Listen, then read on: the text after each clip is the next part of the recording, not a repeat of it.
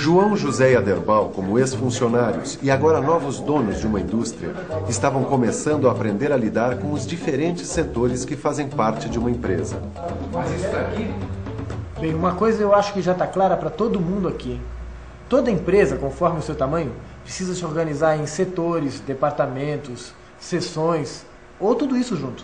Sim, é claro, um dia vamos ter que fazer isso. Até porque não dá para misturar o trabalho de vocês da administração com o nosso da produção. Dá até que dá, viu? Hoje em dia, existem muitos métodos modernos de administração que simplesmente ignoram os departamentos tradicionais de uma empresa. Bom, já que a gente está falando nisso, você pode me dar um exemplo de 2 departamentos bem tradicionais de uma empresa e como eles se organizam? Bem, podemos pegar o Departamento de Recursos Humanos e o Departamento de Planejamento. Vamos dar uma olhada em como funcionam aí esses departamentos de planejamento e de recursos humanos, começando pelo de recursos humanos. Um departamento de recursos humanos cuida dos empregados de uma empresa. Esse departamento deve garantir que o trabalhador tenha tudo o que precisa para ter boas condições de trabalho.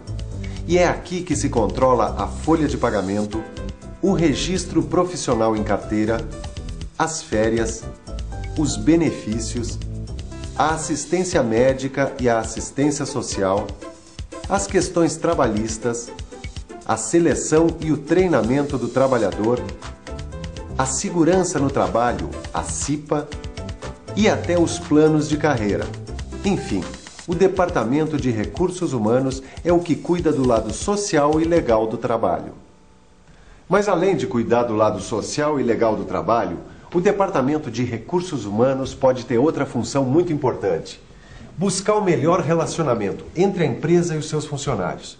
Um bom começo é criar, com a ajuda dos funcionários, um bom código de ética profissional e depois zelar para que esse código seja seguido por todos.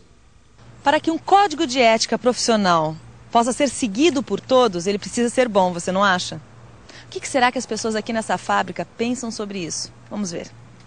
O que você acha que precisa ter um bom código de ética profissional? Um bom código de ética, no caso que eu uso, independente de qualquer outro colega, é nunca tentar colocar uma desculpa, né, sobre o que aconteceu numa fase anterior ao processo. Deveria ter um pouco mais de colaboração com os colegas, um ajudar o outro. Bastante companheirismo, amizade, saber chegar numa pessoa, avisar quando está fazendo alguma coisa errada. Acho que é todo mundo procurar ajudar um ou outro e você passar o que sabe para quem não sabe. E você? Qual seria a sua contribuição, a sua colaboração para tornar esse código de ética ainda melhor? Leia o livro e dê uma olhada no código de ética que está lá. Como nós vimos, os empregados têm o seu código de ética profissional. E as empresas? As empresas têm as suas políticas internas, sabia?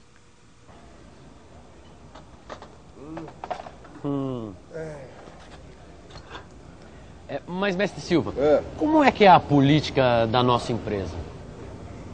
Olha, Ditão, agora, exatamente agora, é a política do arroz com feijão. Agora, mais tarde, aí sim, vai ser a política do café com leite. Brincadeira, eu explico.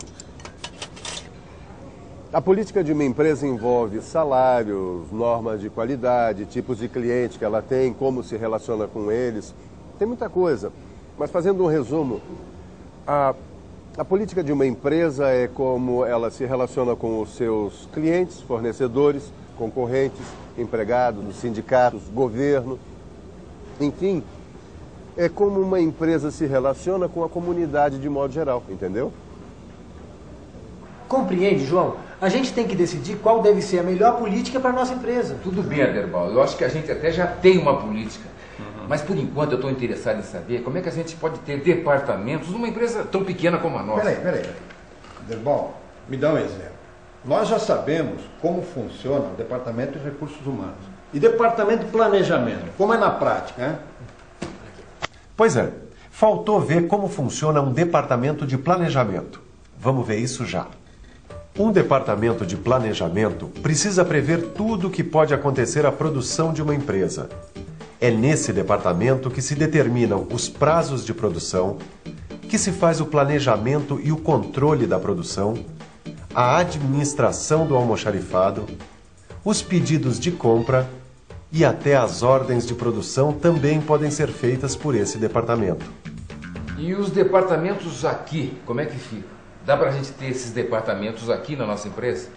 Olha, eu acho que ainda não. Mas dá pra gente distribuir melhor as nossas funções aqui dentro, pra parar de bater cabeça e as coisas correrem melhor. E isso faz a produtividade aumentar, hein? Eu acho que a gente pode começar escrevendo as funções de cada um direitinho e depois a gente pode fazer o nosso organograma. Organograma? Que é isso? Olha, organograma é um esquema de funções de cada um. Querem ver? Ó, João. A gente pode fazer desse jeito. A gerência geral continuaria comigo. E ligados a ela, teríamos 3 setores. O de produção, que ficaria a cargo do João. O de administração, que ficaria comigo. E o comercial, junto com o planejamento, que pode ficar com o José. Que tal? Eu acho legal. Mas quais seriam as funções de cada setor? O meu, por exemplo. Bem, João, o setor de produção normalmente cuida da administração da produção. Controle de qualidade, manutenção, treinamento... Olha, por exemplo, o setor da administração, que é o seu, faria o quê? A administração do pessoal, a contabilidade, pagamento de impostos, transportes e outras coisas. O meu setor, que junta o setor comercial e de planejamento, fica com quais responsabilidades? Esse setor fica responsável pelas compras e vendas, pelas relações com os clientes, pelo almoxerifado, pela expedição. Agora, tem coisas que são funções de qualquer um, independente do seu setor. Por exemplo, a organização geral da empresa, a qualidade e a produtividade, o treinamento e o desenvolvimento, a segurança do trabalho, o meio ambiente. Isso é obrigação de qualquer um, independente do seu setor.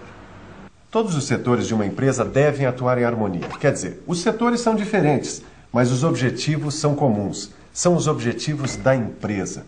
Por isso, uma boa comunicação entre os setores é fundamental. Criar um clima saudável e sem competição entre os setores é dever de cada um. Na verdade, é bom quando os colegas se comportam como se fossem clientes e fornecedores internos no serviço. Isso faz com que a qualidade, os prazos, as normas e regulamentos sejam devidamente respeitados.